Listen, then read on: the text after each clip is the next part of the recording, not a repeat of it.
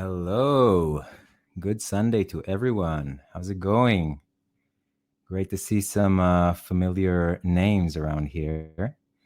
It's a very exciting webinar. We have Rohan Raj with us, who's going to talk a little bit about TikTok. Before that, if you don't know us, we are IndieFlow, a go-to management platform to manage all of your music aspects and operations. And as a perk, whoever has joined us today at this webinar has a 20% discount if you'd like to join us, distribute your music, organize projects, split payments, get paid, and so on and so on. You're welcome to schedule a demo. And I want to invite to the screen the man of the hour, the person that we're all here for today to hear and get his knowledge, who's also apparently a really good musician. I just spent the last 20 minutes listening to his band, Karalanka, and I would like to invite him on screen. So bear with me one moment.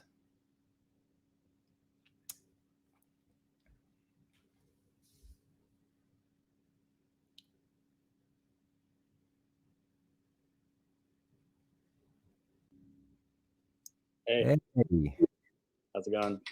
good. How are you, buddy? I'm great, man. Thank you for that glorious intro. Yeah, thank you for the music, man. I was even kind of surprised, like Oh, in a good perfect. way. That's good. Did you have low expectations? No, not in that sense. I just didn't know at all what you do as a musician, and it's kind Yeah. of great to listen. I think it's also good to share your music here with with everyone who joined us. Guys, feel free join. Yeah. Share your links. This is something that we didn't do till now, but I think it's the most obvious thing to get to know each other musically. But Rohan, how's it going? How are things in Toronto? It's going well. Yeah, things are like everywhere else in the world, pretty crazy here. Sorry, we're here. Yeah, is my video okay, by the way? Is it? Yes. Is the You video cut off for a second, but perfect? now it's all good. Right. Yeah, things are going here as they're going everywhere else in the world, sort of just easing in back into things slightly, but being cautious as ever. But just grateful to find some silver linings in this whole thing as an artist. In that, we were the band I'm part of, Karalanka. We were very focused on sort of live gigs and live shows, like a lot of artists are, because I very much believe in the bottom of funnel and optimizing for the bottom of funnel as an artist in terms of getting people to your live shows, buying merch, etc. But obviously, with COVID happening, we haven't been able to necessarily go down that path of planning live shows out. But I think the sort of positive of it is we've been almost forced to focus on things that we previously ignored on the digital side of things. So I think, as an artist, it's great to sort of find the silver lining in these things and really come out of it strongly. Yeah, I guess it's also a matter of focus. It's kind of hard to kind of get used to gigs and then all of a sudden have to move to digital and decide on the platform that you want to focus on and be good on, which is I think the one of the biggest issues today with musicians. Yeah. Kind of to know how to master even one channel is it's more than you can ask for. Um, Yeah. It's a lot. Yeah, so I didn't. I think I missed a few things on the intro because I was really. Um, I really wanted to give the stage to your music because you do really awesome music. But you're also a digital marketer, correct? Yeah, I'm a digital And you, marketer. so, Formerly worked in tech as well and product partnerships. And I'll give a bit more of an in-depth intro, but sort of a little bit of a multi-hyphenate, very much in that, I have creative interests, but I have a lot of business-based interests, and really passionate about helping other artists as well, just sort of scale up in the realm of marketing and getting, because ultimately I would assume majority of people are here because they obviously want to get their music in front of new ears and in front of new potential fans. So really passionate about helping artists in that realm as well, however I can. definitely cool. Also, Rohan has a few perks up his sleeve that he'll also discuss later. The way this will work is like we do all of our webinars. Around after 20 minutes or so, we're going to give a little Q&A time. So feel free to write those questions down below on the screen. You have a section to ask a question.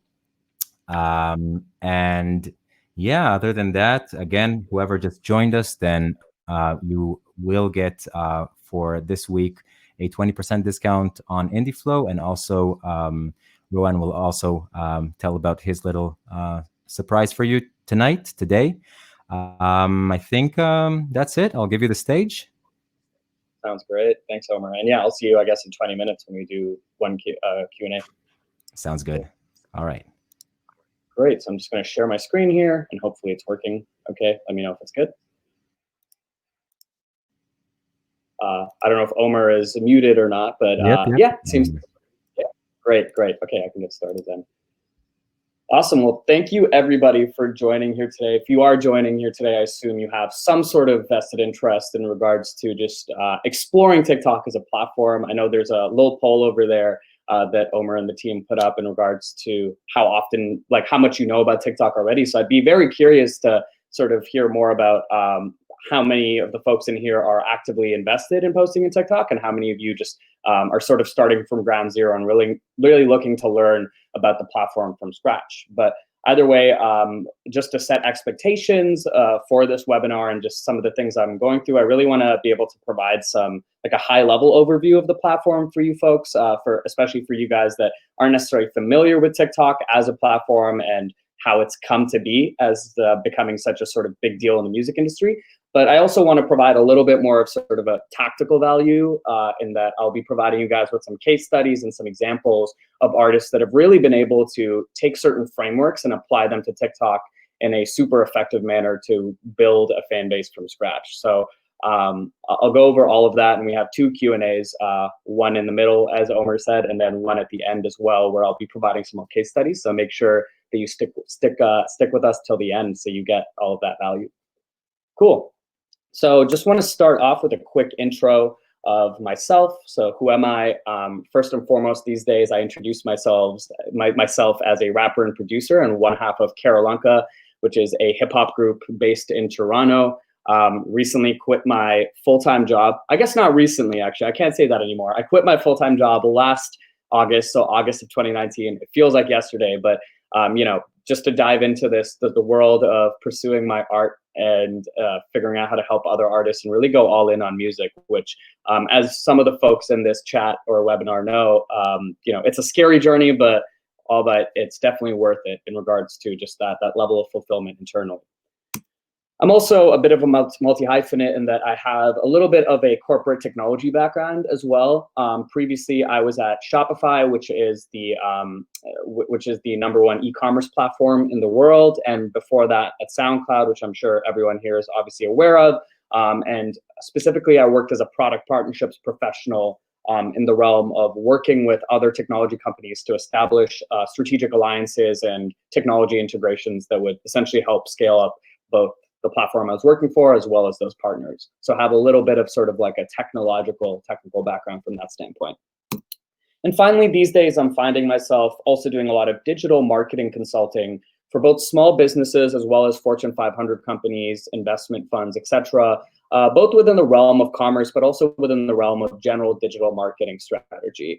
And I think this journey has been super important because what it's led to is me sort of pursuing this intersection of my creative interest and my digital marketing interest. And most recently, what I've done is I've transitioned to help other artists grow on TikTok and other platforms, and essentially helping other artists find new cold audiences to build an audience, either from scratch or scale an audience to sort of reach a more massive platform from that standpoint. And so what that's looked like is in the past 2 months, since April, I've piloted a TikTok Zoom course as well as a coaching program. And I started out with 10 artists that I essentially helped onboard onto the platform and sort of like find an audience on there. And since April, my TikTok Zoom course and coaching program has helped artists gain collectively among those 10 artists more than 10 million views, more than 250,000 followers amongst those 10 artists, as well as, and I think, you know, this is something that's not necessarily talked about a lot, but I think it is something that's very exciting, is just $5,000 worth of collective revenue as well, whether that's from merch drops or donations or other forms of monetization, both on and off platform, but sort of driving traffic through TikTok to actually convert people and get that sort of monetary value out of the platform. And so I think, while those first two numbers are super exciting, I just want to make it clear that I am very much an advocate for creating a true fan base and being able to really extract value from both a monetary standpoint, but from a standpoint of really being able to craft out fandom, right? Not just being able to get someone to follow you, but also really getting someone to be invested in your journey and your universe to the point where they become a super fan. And just a little sort of point over there as well, I've also helped artists organically receive shoutouts from some of TikTok's biggest music creators. Spencer X, one of the largest beatboxers in the world with 30 million followers on TikTok right now, as well as Tiago, who is recently just signed to Epic Records, one of the bigger music creators on the platform as well. So before I move into sort of the section where I start to talk about TikTok and give you guys a little bit more context on the platform, I do want to say at the end of this webinar, I'm opening up free 30-minute coaching calls just to get a little bit more context on, your specific artist brand and your journey, because, I'm going to provide you guys with some valuable frameworks and case studies.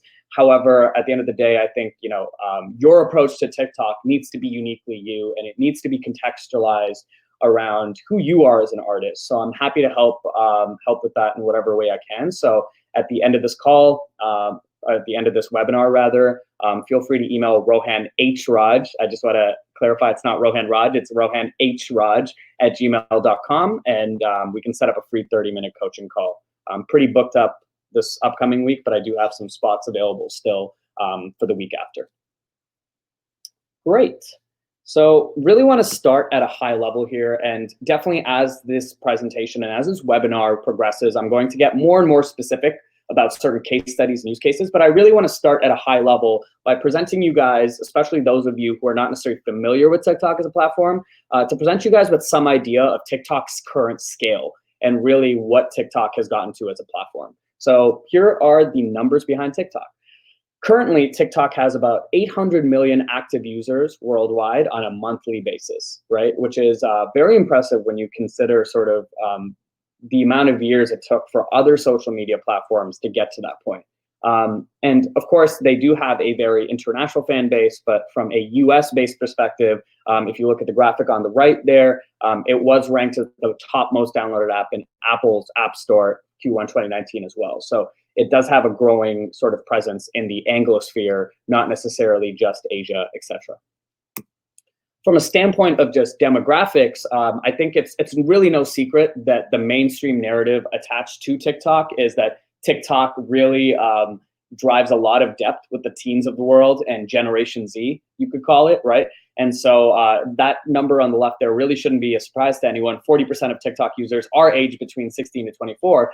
But I think what's interesting is the nature of social media platforms is, you have your early adopters, but it always scales up. It happened with Facebook, it happened with Instagram, it happened with Snapchat. And at the end of the day, as a platform gets more adopted, that's when you start to see more adoption from a demographic outside of that sort of core group that it initially started with. And that's what you're seeing with the graphic there on the right, with the growing number of US adults using TikTok. In less than 18 months, the number of US adults using TikTok have grown 5.5x from that 7.2 million number you see there in September 2018 to 14.3 million in March 2019. And it's almost certain that, the quarantine and COVID-19 and people being super bored at home definitely had an impact on millennials and older folks adopting the platform. But I sort of say this to say, even if you have some resistance towards, maybe not wanting to appeal to a younger audience, there is an opportunity for you on the platform, especially as it ages up and especially as adoption increases, to be able to reach another audience as well. And finally, some really exciting numbers here. I want to go over just the realm of depth on TikTok. When you look at average time spent on TikTok daily, TikTok users spend an average of 52 minutes per day on the app. And that is second only to the number one most used platform in the world, which is Instagram, which is Instagram's average time spent on a daily basis is 53 minutes. So when you really consider the fact that TikTok in a few years has almost caught up to Instagram from a standpoint of just getting people to sort of on a frequent basis, or getting people to spend a lot of time on the app, it's super interesting. But what's even more interesting is that number on the right there. 9 out of 10 TikTok users use the app multiple times a day. And this is something that's super important, right? When Snapchat first came out as a social media platform, when Snapchat first came out as a social media platform, what it was known for in the market was its ability to increase frequency, not necessarily depth of use. Meaning on Snapchat, I open up Snapchat, I spend maybe 15 seconds on it, open up a snap, respond to a friend, I close it. But as soon as I get a snap back, I'm opening up the app again, repeat the cycle, right? TikTok has actually mastered that as well as depth. So not only are people on the app for a long period of time, but people are then also closing the app and coming back to it to binge content again later in the day. So when you really look at it from that perspective, it's sort of no secret that TikTok has really been able to master the art of essentially getting retention on platform and getting people to maximize their watch time.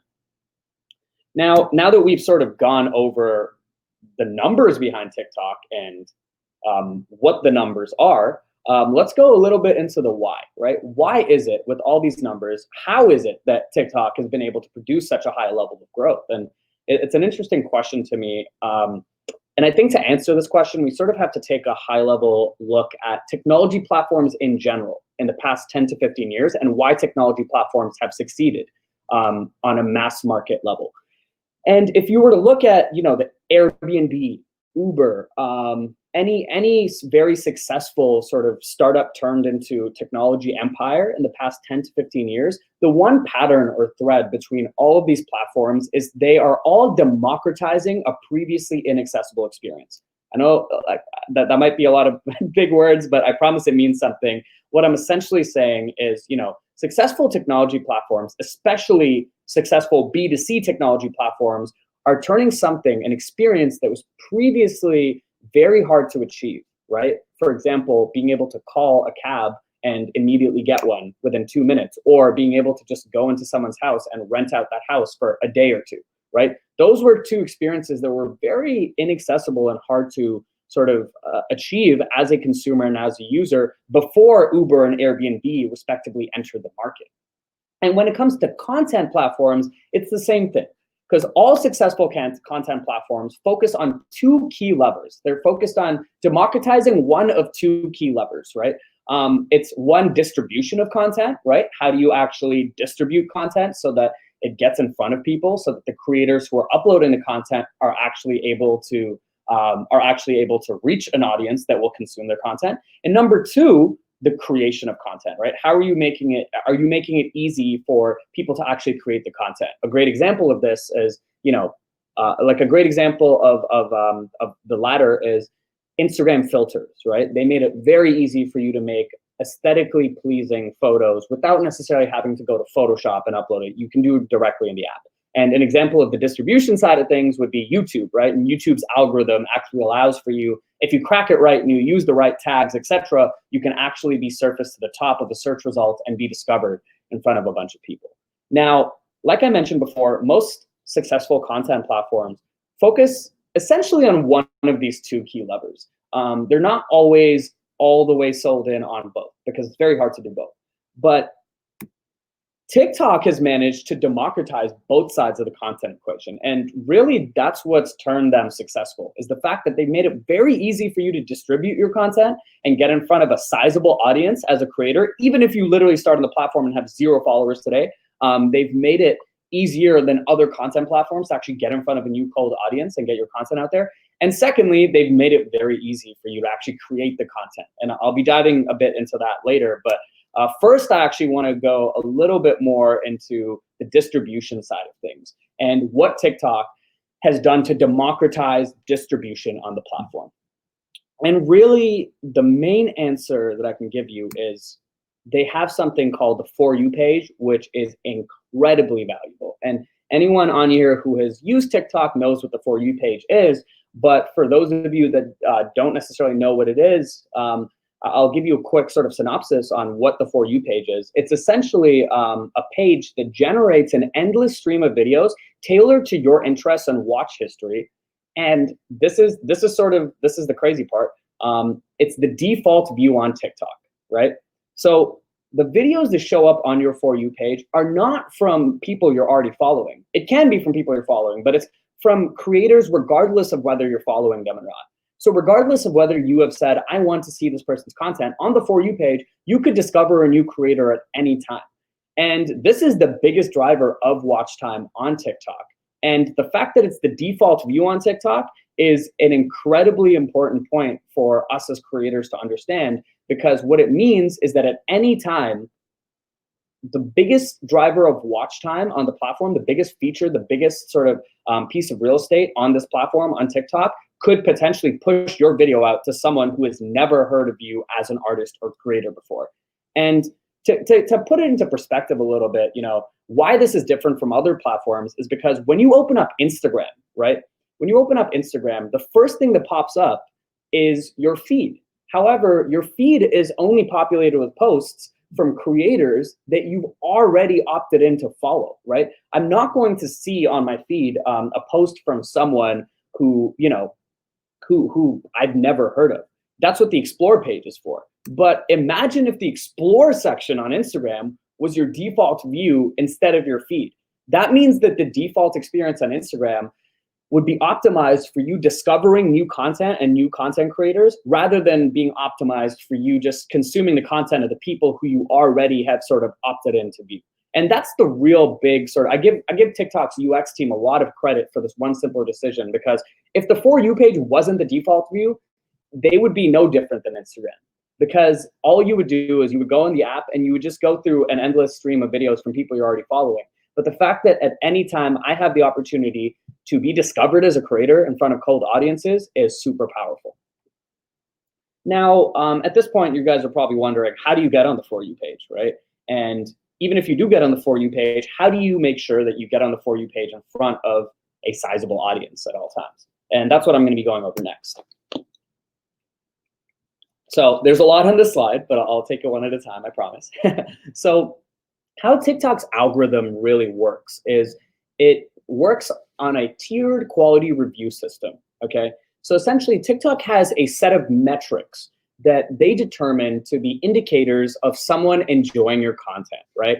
Same thing with YouTube. It's no different than other content platforms. Like YouTube, for instance, will look at watch time, rewatch time, etc. Similarly, TikTok has a plethora of factors that they take into consideration when they determine whether your video is a good piece of content or not, such as watch time, rewatch rate, shares, comments, etc., right? And what's really interesting is what TikTok's algorithm does in order to actually evaluate whether your content is a good piece of content or not. They need a sizable sample size in order to determine whether your content is good or not. So what they do is they push you through this tiered quality review system where they essentially judge your video and evaluate your video based on their own internal metrics at each stage/tier. And as you push through each tier, you can actually reach a larger audience each time and be distributed to even more cold viewers. So as an example, if you look at the right there, right?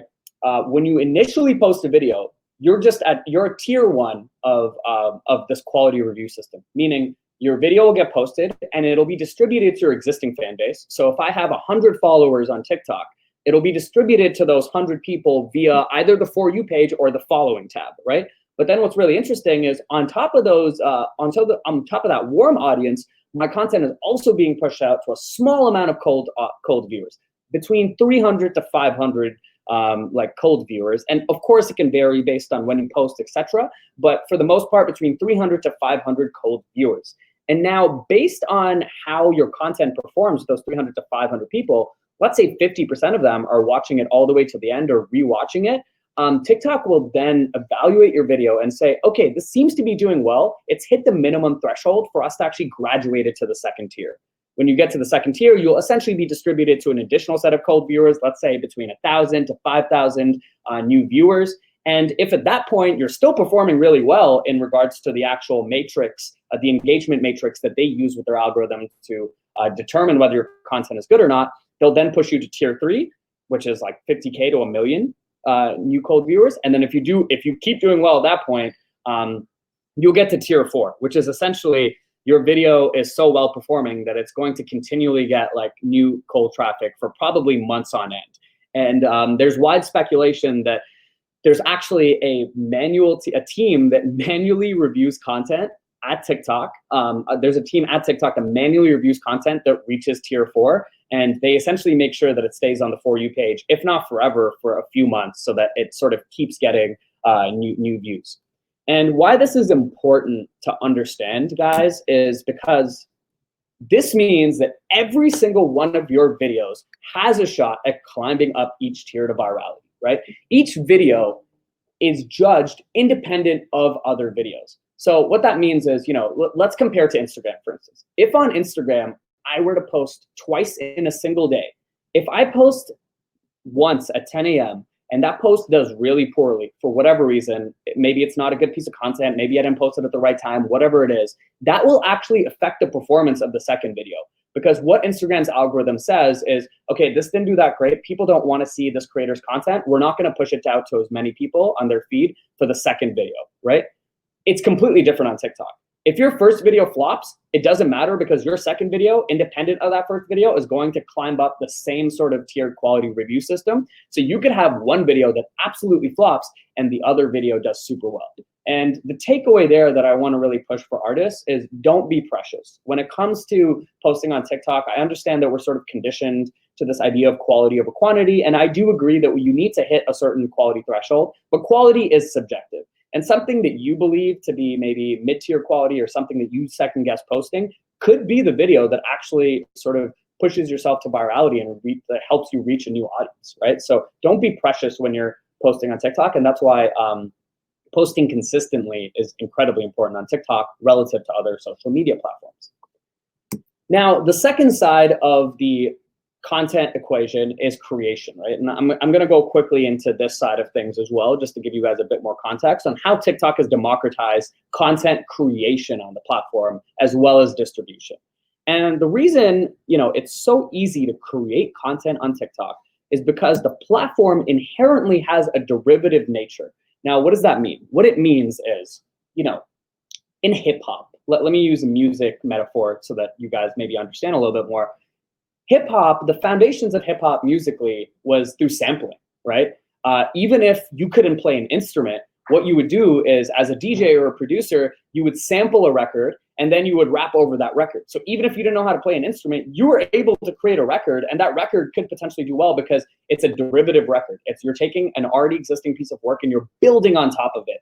And that new piece of content is uniquely your own, but it's still building on top of some foundational work.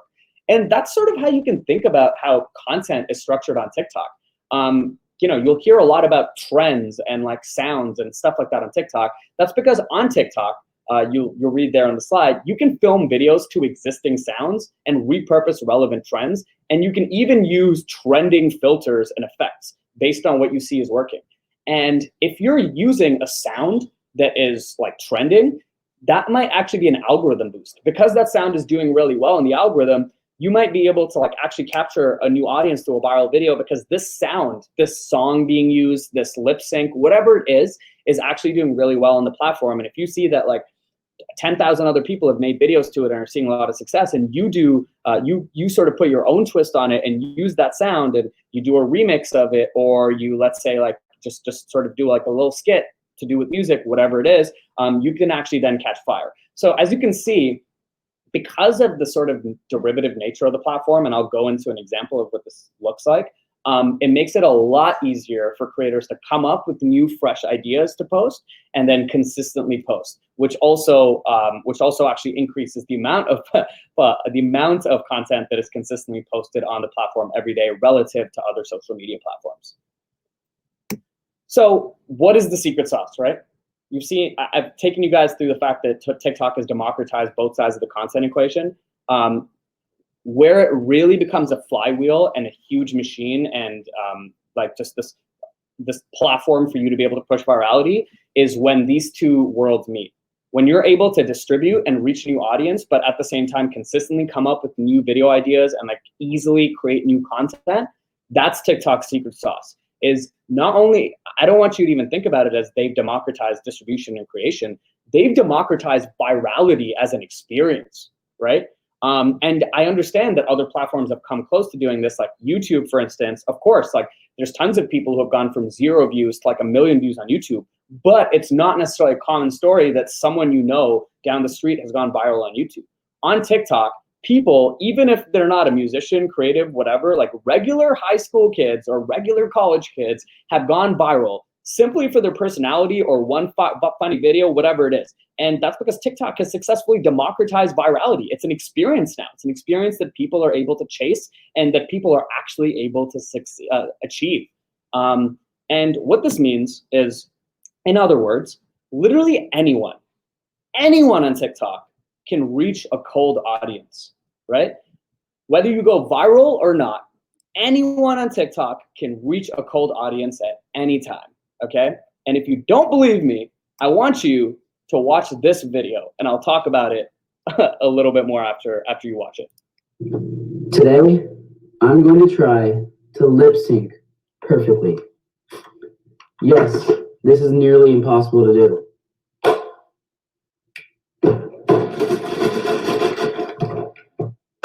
But I think I just did it. See, this isn't even my voice. This is a recording. Okay, so I can't see the chat right now, but I'm sure half of you think this is the stupidest thing you've ever seen. And then the other half of you are like, oh my goodness, this is genius. And I just want to break down the importance of this video. Here's the thing, right? This guy is not, this dude is not a musician. He's not like, he's not an actor. He's not like a creative. He's just a random kid in high school, right? Who basically saw a trending sound, like what I was talking about before. He saw a trending sound, and he saw that all these other people were doing this exact same thing, right? They were lip syncing this video, and it's the exact same punchline, everything. And he just decided to film his own rendition of it. He almost like, he remixed it, I guess, right? But the thing is, he's getting on the For You page in front of people who have never consumed this trend before. And then they're like, oh, this is cool. Either they follow him or like the video goes viral, whatever it is. Now he can leverage that audience into whatever he wants to like turn it out to be, right? But this is super important to understand. Like the point is, you can take existing trends, existing sounds, etc., and create content and go viral for basically anything, as long as it's engaging content. But, you know, I think that's already a narrative that is pretty mainstream, is that TikTok is known for virality. But what I want to drive home even more, and we're going to transition to a Q&A break, but what I want to transition even more into, and we'll talk about this after this initial Q&A break, more importantly than the virality, than the sort of vanity metrics of getting like 100,000 followers, etc., more importantly than that, anyone can build a sustainable fan base and community on TikTok if they put the right system in place. And that's something that I'm going to talk about after the Q&A break. But right now, I think we'll transition the Q&A break to see if anyone has any questions, and then we can keep going from there. Very cool. Hey. Whoop. Is my mic okay? There we go. Okay. Did the audio work, or did it? Yeah, the audio worked. I just muted my microphone physically. So I thought that was genius, by the way, the kid. It's ridiculous, right? But it works. It works. Yeah. It will work on Instagram, of course, but you know, you got to bend yourself to the platform, of course. Very interesting. So we have 2 questions. One from Ryan asking, with an artist being 14, is the reach limited because is security guidelines or age restrictions? Great question. Actually, the age is 12. So if you look like you're below, actually, so I'll answer this in a couple different ways. There are definitely restrictions if you're a minor. So if you're, I think, 13 or younger, either you can't download TikTok if you're under 12, but if you're between 12 to 13, I believe, the algorithm will sort of recognize that and won't really push you to the For You page as much. So a way to get around that is to not use your face in videos as much, because it will sort of determine that, you know, you're not you're not of an age to be able to push it out. But I think 14 is fine as long as you sort of like approach it in the right way. One limitation is that you can't go on TikTok live, which is a great mechanism. Once you get to 1,000 followers, you can go live on TikTok. It's a great mechanism for really getting to know your community and really engaging your audience. But you cannot do that until you are at least 16 years old.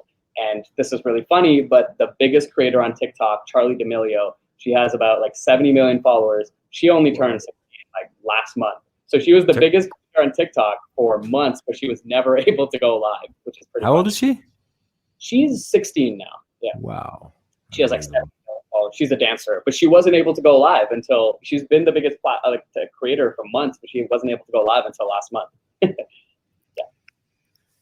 It's a good way to celebrate your birthday with 70 million followers. Yeah, it is. 17th. Goodness. Can't even imagine. Cool. Like, yeah. So we have another question from Jonathan, and Paula, I also see you over there in the chat. Jonathan is asking, can I target specific cities? Yeah, so TikTok is very much based on your geography to initially begin. So if you're posting like from Toronto, for instance, for the most part, your initial cold audience, like tier 1, let's say, is going to mainly come from Toronto and Canada in general. From there, if you get to like tier 2, tier 3, etc., as you sort of validate the algorithm a little bit, it'll then start to expand you outside of those initial cities to get you more cold audience outside of there. There are ways outside of, there are other methods in which you can reach cold audiences in other platforms. I probably shouldn't talk about it, to be honest, because I don't think TikTok would be okay with that. Obviously, like you can use VPNs and stuff like that, but the organic way is to sort of start with your city, and it's a much better way to go about it anyway, to be honest, because it gives you an ability to build a local fan base and then scale from there. Cool, and I'm very curious to hear your answer for Paula's question. That's very interesting. Can you be penalized if you are not consistently posting, if you take a break for a couple of days? By the way, guys, the reason I'm reading this out loud is because we're uploading the recording afterwards, and we won't be able to see the question. And so you have a really nice mic, so it works. What's that? And you have a really nice mic, so it works well for you to. Yeah, I want to show off my mic, exactly. So can you be penalized if you're not consistently posting? Definitely. I wouldn't say penalized is the word, but definitely your upward mobility will be limited. A couple of days, it depends on the context, of course, of your account, but a couple of days isn't a huge deal. I'd say once you take like a week off, like a week and a half off, and again, it's very dependent on your specific artist account, but if you were to take like a week and a half off, for instance, and the algorithm knows that before that you were consistently posting once, twice, thrice a day, etc., then yes, your initial reach will be sort of limited.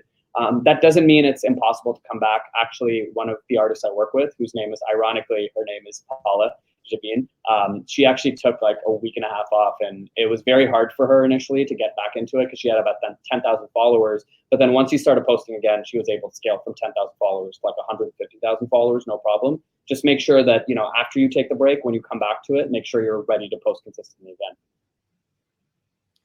Cool. We have a couple more questions.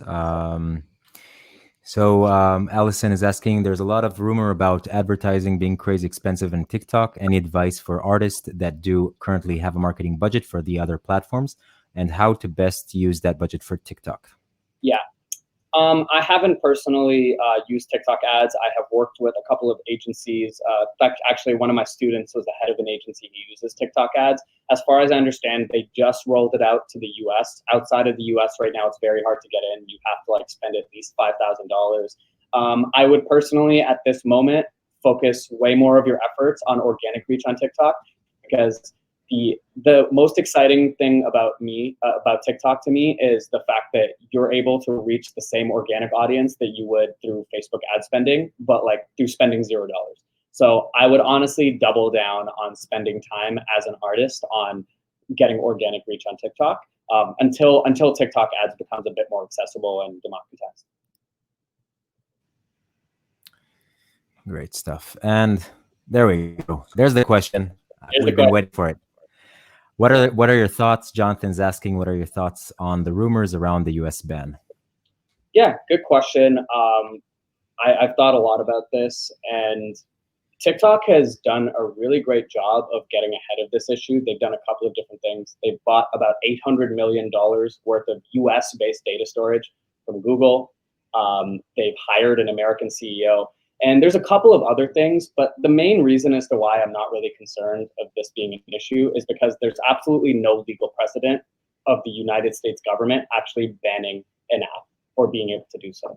So for those reasons, I wouldn't really worry about it as a creator trying to grow on the platform. Do you think it's more like a government trend trying to kind of protect privacy now with all the situation with Facebook that happened a couple of years ago? It is, but it's also geopolitical, like sort of stuff as well, right? In regards to Facebook is an American company, and then TikTok is not a Chinese company, but their parent company is like ByteDance. But they have broken away from Hong Kong, and there's not actually any evidence that they've even like stolen data and given it to the Chinese government. It is definitely being politicized. Scary stuff. Okay, we have our last question from Paula, Olivia. How to draw followers when there are so many likes and shares, but not so many followers? How to draw followers when there's so many likes and shares, but not so many followers. So I hope I'm understanding this question right. Essentially, like, how do you make sure you don't just go viral and you actually draw followers? You need to go viral for the right reasons, right? Like, especially under the context of an artist, if you go viral for a funny skit, but you're not necessarily like pushing the idea that you are an artist out for your viral video, people might not follow you because they don't have a reason to follow you. I'd say like get people to be invested in your story. Give them a story about like if you quit your full-time job to become an artist, for instance, tell them that story so they have a reason to follow you. And then the second thing is just ask for it. Ask people to follow you either in the caption or in the video, and they're much more likely to do it. Great. And then I don't know if Omer like purposely dropped off or if that's, did you want me to resume the presentation, Omer? I'm gonna assume so. Okay. Great. Thanks for the questions, guys. Great questions. Sorry, man. My dog started barking here, so I didn't want to interrupt the webinar. Yeah, working from home. The perils of working from home. The perils, right? All good. Great. Can move on with the rest of the presentation now. Great, guys. Great questions, by the way. Feel free to continue asking below the screen on the Ask a Question button. We'll give another Q&A session in a bit. Rohan, yes, take it away. Let's transition to the second part of this presentation, which I think is going to be super exciting and valuable for you guys. We're going to provide a little bit more of tactical value, and I'm going to show you guys some artists that have done really well on TikTok and how you can also succeed on the platform. Great. Okay, so as I mentioned prior to the first Q&A break, anyone can build a sustainable fan base on TikTok if they put the right system in place, right? Now, I can't drive this point home enough because the reason I want to really emphasize this point is there is a certain perception and narrative out in the market about what TikTok is good for, right? It's known as this platform where you go viral. It's known as this like fleeting platform where people have the perception that you can go viral, but then are you really building a fan base? Are you getting fans in, right? And the answer is absolutely. There are tons of artists. There are thousands of artists who are building very sustainable fan bases through TikTok, not just on TikTok, but through TikTok. And that's what I want to transition into now. So in the market, there's essentially, you can look at it as this dichotomy of the commonly told story and the untold story, specifically about TikTok when it comes to the music industry and being a creator. Now, the commonly told story is this, right? Now, if you don't recognize those, I'm sure most people recognize those faces over there, but that's Lil Nas, from left to right, that's Lil Nas X, Doja Cat, and Arizona Zervez, right? And the commonly told story that everyone basically in the music industry knows is that TikTok has been incredibly influential on the Billboard charts and has in a lot of ways been the catalyst for many viral songs, right? There's a ton of songs that have gone #1. In fact, I would argue that like 95% of songs that have gone #1 in like 2020, TikTok has basically been the catalyst for those songs going #1, right? And that's great. That's amazing. I think it's great that like Lil Nas X blew up with Old Town Road through the platform. But the thing about this type of success is it's typically the result of influencer campaigns or a high level of organic shareability stemming from a trend associated with the song, right? Meaning like memes and like people like, people putting on a cowboy hat and like lip syncing to like Old Town Road. And that's great. Success is success at the end of the day. If that's worked, it's worked. But the problem is that type of success and that type of method cannot be relied on as platforms scaled up. And the reason is because when you have major labels enter the picture and when you have companies with large budgets enter the picture, the average influencer price for an influencer, being willing to post your video for their 500,000 followers will very quickly go from $50 a video to $5,000 a video, right? And the reason being, you have Universal Music Group going there and they have the budget, so they're going to outcompete you in terms of spend, right? So while this is great, and don't get me wrong, it still works at this point. TikTok is still very underpriced relative to Instagram and other platforms for influencer marketing. I would say that it is not as sustainable for you building a fan base through TikTok. Now I want to transition to the untold story, which I think is a lot more exciting, and people need to be talking about this narrative a lot more. You probably don't recognize any of those, hopefully I'm wrong, but you probably don't recognize a single one of those faces on there, right? Lucian, Edgar, and Aldre. However, these are artists who are using TikTok to build, scale, and monetize their fan bases, not their listener bases. They're not just getting people to listen to their song. They're building fan bases in a sustainable manner. And this is in my opinion, this is a much more exciting narrative. This is much more of a replicable path forward for you as a creator, because what these artists are doing is they're going on TikTok by focusing on their own content creation over influencer campaigns. So, the common criticism is, I know who did this, I know who made this song. Sorry, I know what the song is, but I don't even know who created it because, it's just a song that I hear and it's catchy, but I have no idea who this artist is. So, they have this one song they put out that gets like 2 million plays on Spotify. And then the next song they put out has like, 5,000 plays. And it's like that sort of disparity really can't be explained outside of the fact that people aren't invested in your brand. People aren't a fan of you. They're just a fan of that one song. However, these artists on the right are posting their own content on the platform and are building and scaling fan bases. And I think the reason this, I'm suggesting this path forward for everyone in this chat right now, and I'm suggesting you really pay attention to this method as a method to build and scale a fan base, is because TikTok is the most effective social media platform for viewers to get the largest context of your brand possible.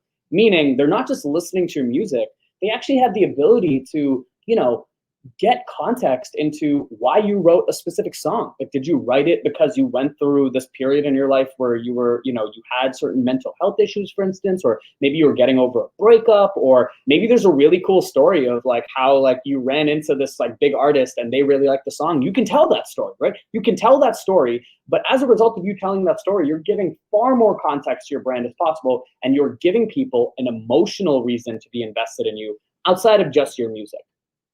And what this essentially results in is, as a result, TikTok becomes the most effective traffic driver to other platforms. So notice how earlier I said these artists are not only building fan bases on TikTok, but they're building fan bases through TikTok. It's a very important distinction to make.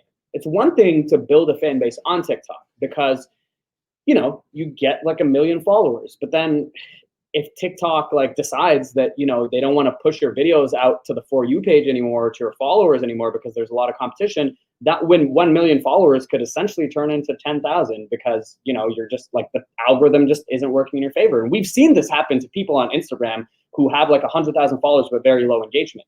However, that's why it's your responsibility as an artist to not only treat TikTok as a social media platform and as a content channel, but you also need to treat it as a traffic driver to get people to actually become fans of you and follow you on other platforms.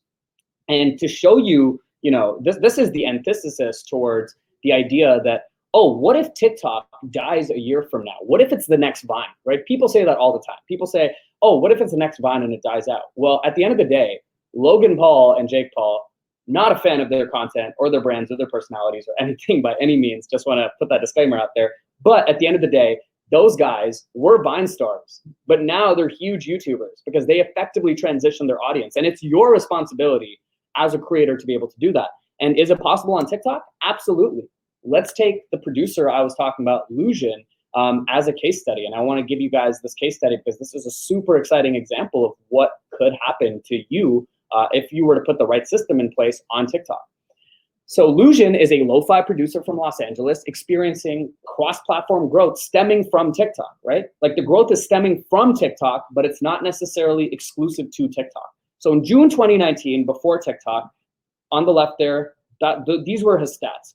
He was at around 1,000 monthly Spotify listeners, around 1,000 YouTube subscribers, and less than 5,000 IG followers. Now, fast forward about a year later, okay? Like a year and 1 month later, he now has 2.2 million monthly Spotify listeners. He has 500,000 YouTube subscribers, and he has over 50,000 IG followers. And it's all stemming from TikTok, but he's not keeping his strategy exclusive to TikTok. He's using TikTok as a traffic driver to get people to also give him traction on these other platforms. And that's really the mentality I want you guys to tackle this with, is it's your responsibility to be able to actually utilize TikTok in a way where you're able to drive that traffic to Spotify, YouTube, IG, your email list, your SMS list, your Discord server, etc. It's up to you to sort of use TikTok as a jumping off point to create a truly holistic multi-channel strategy for your art. So with this being said, what are the keys to success on TikTok? It can basically be broken down into two different buckets here. Number one, you need to be able to post consistently, which I've alluded to previously, right? Because TikTok rewards consistency. And outside of TikTok rewarding consistency, it's also important to think back to that viral tiered structure, right? The fact that every single one of your videos has a new shot at success and a new shot at going viral means that it doesn't matter if this video only got 2 views, because that video's success is not indicative of the next video's success. Every time you post, it's another opportunity for you to go at bat and actually be able to reach a new cold audience. So you need to be able to post consistently. And then secondly, you need to be able to develop content streams that you can use to amplify your brand and music. And content streams are essentially types of videos, types of content that are very authentic to your brand that will then get people drawn into your universe as an artist and into your brand as an artist. So I want to really close this presentation off by giving you guys some tangible examples of some actual examples of content streams and a couple of artists who have done this really well. And one of the artists we actually just talked about, his name is Lucian. I'll be providing an example of one of his videos, his first viral video actually. But I'm going to give you guys some examples of some content streams. So this is one type of content stream, something that I call the backstory, right? You can post a video telling the story surrounding the creation or context of your song. And a great example of this is Linnea. So this is someone who had little to no followers on TikTok and quite frankly, not much traction on Spotify, but then she posted this video, which I'm going to show you guys, and then I'll discuss it at the end of the video. Season greetings from my broken heart. I've been dreaming of how lonely you are. 'Cause this winter, it's been a record cold year. I hope you're freezing and fucking miserable there. 'Cause I've been drinking rum spice cider, and I keep thinking of all your lies, dear. I know it's your favorite holiday. Merry Christmas, I hope your tree burns down. You're on my shit list, you know I hate you now. Merry Christmas from all our wasted years. Merry Christmas, I hope you spend it alone.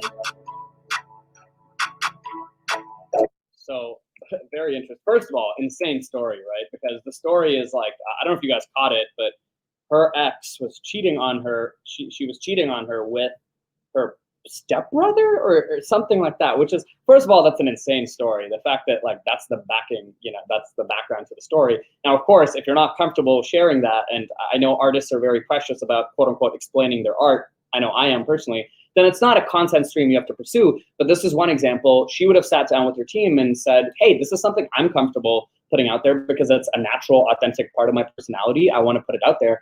And this song, Season's Greetings, now has 1.7 million plays on Spotify, and the music video has a bunch of views on YouTube, and it's really taken off, and it's really been the jumping off point for her career as an artist. And I think it's amazing because she's providing the context of the song. Always remember that people don't buy with logic, people buy with emotion. And it's the same thing for your music. People don't invest in your brand and your music off logic. They invest in your brand and your music off emotion. So the fact that people now have the context of what the song means that they can now, you know, they have a much higher emotional connection to the song. Every time if they're suggesting the song to a friend, they go, hey, I have this crazy song. There's this insane story about it, by the way. And they explain the context of the song. It makes it much more powerful than her just putting out a song called Season's Greetings on Christmas, you know? So very important and very powerful. Another example of like a content stream, right? And there's hundreds of content streams. One thing I provide to all my students as a part of my course and coaching program is an updated rolling database of content streams that gets updated every single month with new content stream ideas based on what's working on the platform. And this is another one, is the unique twist. And we're going to take illusion as an example for this next video. The essential idea is you take an existing trend or popular concept and you recontextualize it with your music or your art or whatever it is. So I'm going to show you guys this video, which was Illusion's first big video on TikTok, which is if the Jonas Brothers were SoundCloud rappers. Song's dope.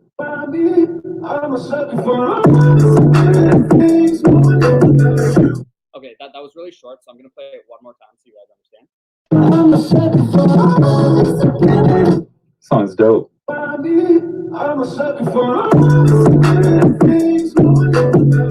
So what's he doing here, right? What he's doing is like quite genius. He's basically taking two ubiquitously known concepts. Everyone knows who the Jonas Brothers are, and everyone has a perception of who, like, what comes to your mind when you think of the Jonas Brothers? You think of like boy band, right? You think of pop music. Then he's taking the stereotype of a SoundCloud rapper, which everyone, when you think of SoundCloud rapper, what comes to your mind? It's a ubiquitously known concept, and what comes to your mind is like maybe face tattoos, maybe like trap music, etc. And he's juxtaposing these concepts. He's saying, what if the Jonas Brothers were SoundCloud rappers? Which, like, most people are going to stick around and watch this to the end because it's super interesting. It's like, how are you going to make the Jonas Brothers a SoundCloud rapper? And he's wrapping the context of a remix that he made basically with this story, which is super interesting because he made this remix, this Jonas Brothers remix. He made it months before he ever joined TikTok. But then he joined TikTok and he was like, hey, I already have this song. Let me make it a bit funny. Let me like get the right copy and caption in, and then it'll get people to like maybe connect with the song. And sure enough, this video took off, you know, millions of views. And what happened is, this is where I go back to the idea of cross-channel growth. He gave a reason for his fans on TikTok to go to other platforms and follow him. Reason being, you know, if you want to like actually listen to this remix, you would have to go to SoundCloud to get the remix, because the remix isn't on Spotify, because on Spotify he would upload only the instrumental version because he would be sued by the Jonas Brothers if he uploaded the remix without the right permissions. So if you want to listen to the whole remix, you go to SoundCloud, right? If you want to listen to just the instrumental version, you go to Spotify. If you want to then, if you're a producer and you want to like actually get an inside look into the process of him making this beat, he uploaded a 10-minute video of how he made this remix on his YouTube. So now you can start to understand why I'm saying that it's your responsibility as a content creator to give people a reason to go to your other channels using TikTok as a jumping off point, right?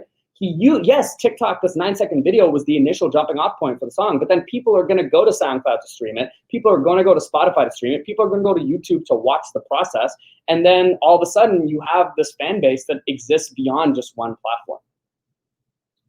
And the last thing I'll say before I sort of sign off and move into Q&A here is the content streams you should use are heavily dependent on your artist brand. And you know, what's right for you and what isn't right for you is going to very much depend on who you are as an artist, what you are and aren't comfortable with. I understand not everyone would put like a video like what he just did out. Some people just want to sing in front of the camera. Some people might just want to tell the story of their song. Some people might want to just do something different, right? And so, again, just shameless plug. Feel free to email me at Rohan H. Raj. Put the H in between the Rohan Raj. Maybe screenshot this if you guys can. RohanHRaj@gmail.com. And we can set up a free 30-minute coaching call where I can take you through really, you know, maybe what your strategy should be and how you should approach TikTok based on your specific artist brand. Cool. Hope that was helpful, guys. Thanks so much for sticking to the end, for everyone who's still here. And awesome. yeah, we'll open it up to Q&A now for whoever has any other questions, or if Omer has any questions, etc. Yes, definitely. First of all, thank you very much. It was a great webinar. I think very informative and practical. One sec. And yes, by the way, we're also going to email tomorrow or today with a link to the webinar if you want to rewatch. Also, somebody asked here, David asked here about the presentation. Will that be available, Rohan? Will the presentation be uploaded separately? I think, yeah, we'll be uploading the webinar, right? So we'll have the slides on the webinar. Yeah. Nice. All right. Yeah, and also we're going to send you Rohan's email as well to sign up for that 30-minute call. Guys, any questions before we wrap up? Feel free to ask. There we go, Jonathan. Just the length of the video. Does the length of the video, we said we want to show off my microphone, right? Yeah, go for it. Does the length of the video matter? Some of the examples I noticed were shorter. It does matter, for sure. I'd say, like, if you can optimize for videos between 8 to 15 seconds long, I think that's optimal, because what you're trying to do is increase rewatch rate and just rewatch time.